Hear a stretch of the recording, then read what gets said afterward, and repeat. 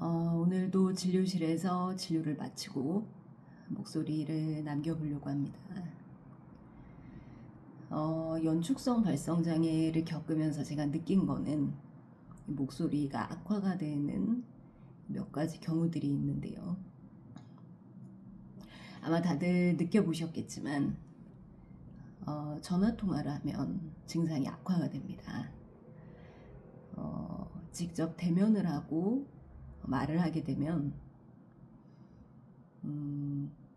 상대방의 입모양도 보고 제스처도 보고 그리고 이제 가까이 있기 때문에 약간 목소리의 톤도 더 낮출 수도 있고, 근데 통화를 하게 되면 그런 것들이 다 부수적인 것들이 사라지기 때문에 저도 모르게 목소리를 조금 더 크게 하게 되는, 그러면서 이 목소리가 이제 훨씬 더 악화가 되는 걸 자주 느끼게 되었습니다. 근데 사실 뭐 살면서 통화를 안 할 수는 없기 때문에 제가 작년 8월, 9월 그쯤에 증상이 굉장히 심했을 때는 전화 공포증이 생겨서 꼭 전화를 해서 해결을 해야 되는 이제 그런 문제들은 전화를 거는 것 자체가 무서워지더라고요. 근데 뭐 사실 지금도 그렇긴 합니다. 그래서 제가 간혹 이제 진료를 보다가 환자분께서, 특히 이제 신경과는 고령의 어르신들께서 진료를 많이 보러 오시기 때문에 제가 혼자 오신 어르신께 검사 결과를 설명드리거나 향후에 어떻게 하자 이렇게 이제 말씀을 드리게 되면 잘 이해를 못했으니까 자제분에게 전화로 설명을 좀 해달라 그렇게 부탁하시는 분들이 계신데요. 당연히 그렇게 해드려야 되긴 한데 이게 목소리가 이렇게 되고부터는 그 전화를 걸어서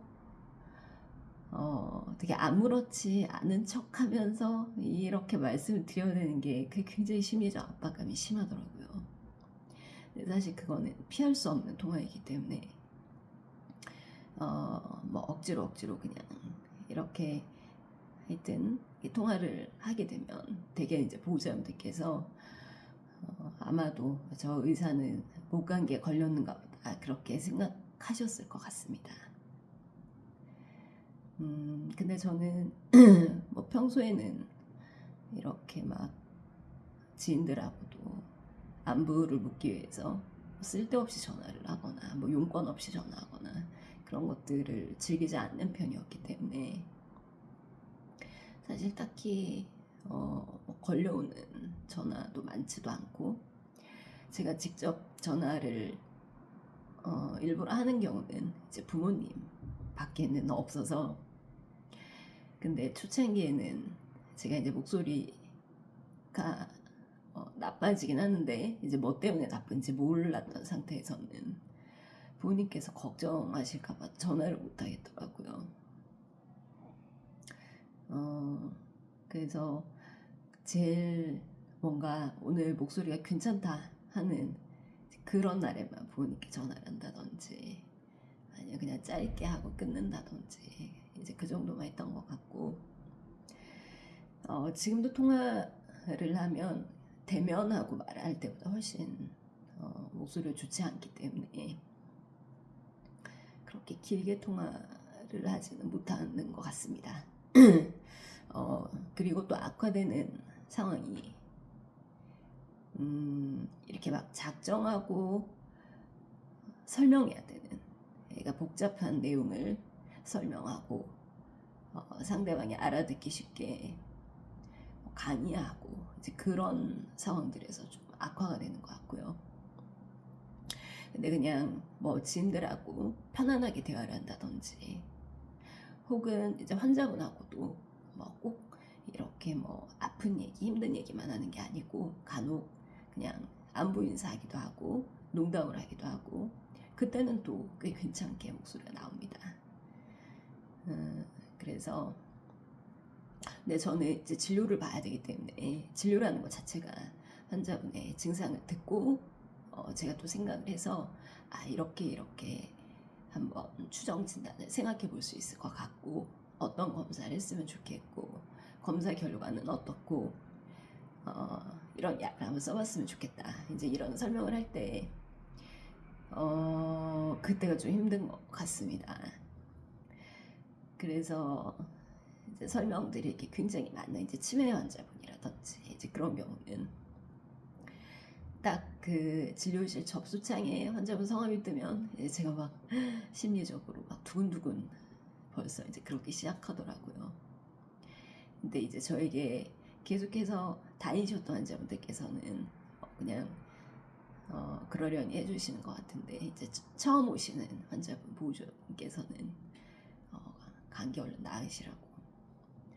근데 저도 이제 저에게 계속 다니실 분께는 제가 목소리가 왜 이런지에 대해서 설명을 드립니다. 향후에도 당분간은 계속 좋지 않을 것이기 때문에.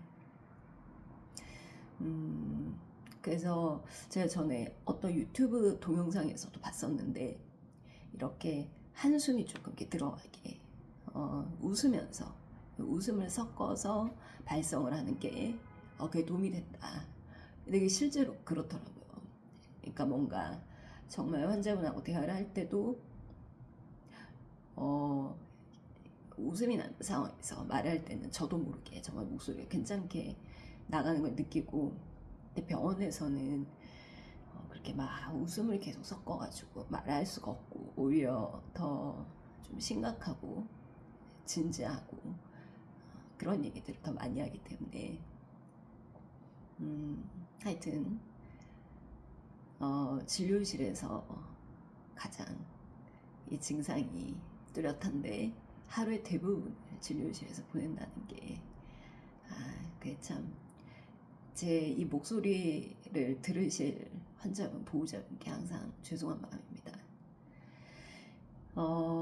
그래서 목소리가 오늘 좀 왠지 괜찮다, 이제 그런 날은 저도 막 자신감이 생기고 기분도 너무 좋고 말도 더 잘 되는 것 같고 막 말도 막 청산 유수같이 나오는 것 같고 그런데 오늘 목소리가 너무 자신이 없고 오늘 유난히 더 안 좋다, 그런 날은 똑같은 말을 하는데도 더 막 버벅거리기도 하고 그런 것 같습니다. 제가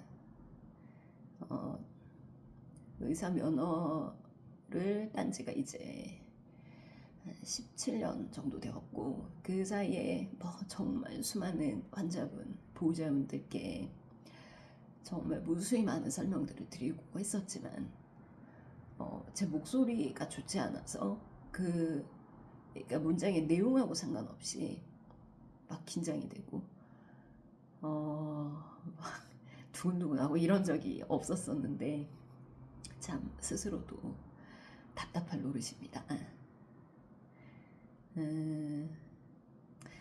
하여튼 이게 증상이 왔다 갔다 기복이 있긴 한데, 전체적인 경과로 본다고 하면 그냥 큰 기울기가 악화되는 방향으로 가는 것 같진 않지만, 근데 이게 또 제가 뭐 3번째 동영상밖에 안 되지만 막상 녹음을 해서 들어보면 이렇게까지 안 좋았나도 싶더라고요.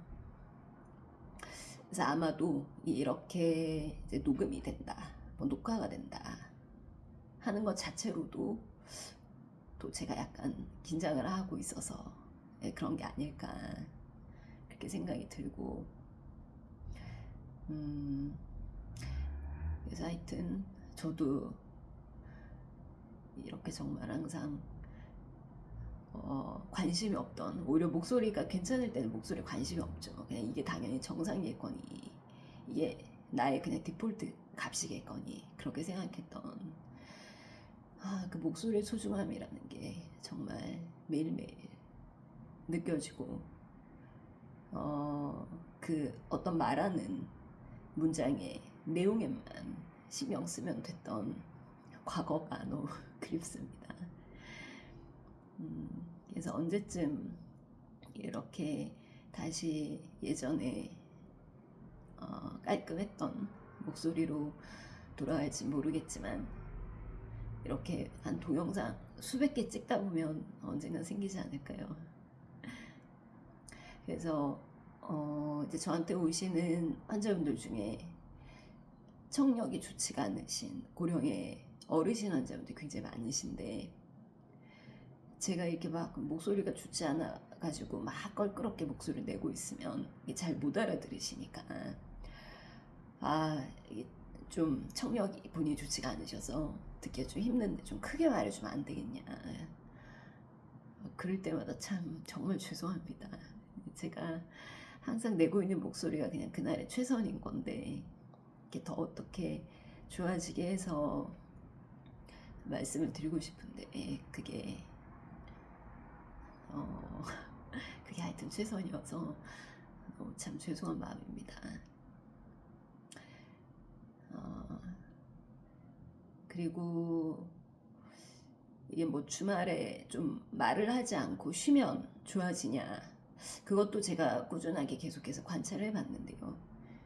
말을 안 하고 쉬어주는 거하고는 별 상관이 없는 것 같습니다. 실제로 막 목을 많이 써서 생기는 질환, 뭐 예를 들면 성대결절이라든지 그런 것들은 목의 휴식이 도움이 되는 것 같은데 연축성 발성장애는 오히려 그렇지 않고 계속해서 막 주말 동안 막 무건수행만 하고 한마디도 안 하다가 월요일날 갑자기 말하려고 하면 이 목소리가 잘 안 나오더라고요. 그래서 주말에 뭐 통화하거나 대화할 일이 없으면 책이라도 소리 내서 읽으려고 이렇게 노력을 하고 있습니다. 하여튼 세 번째 동영상도 제가 이렇게 녹음을 하면서 들어보니까 영 희망을 드릴 게 아니긴 한데 그래도 저는 앞으로 계속해서 간격을 두고 녹음을 해볼 거기 때문에 아직은 멀었다고 생각합니다. 그때까지 희망을 버리지 않겠습니다. 그리고 영상을 보시는 분들께서도 같이 좋아지셨으면 좋겠습니다.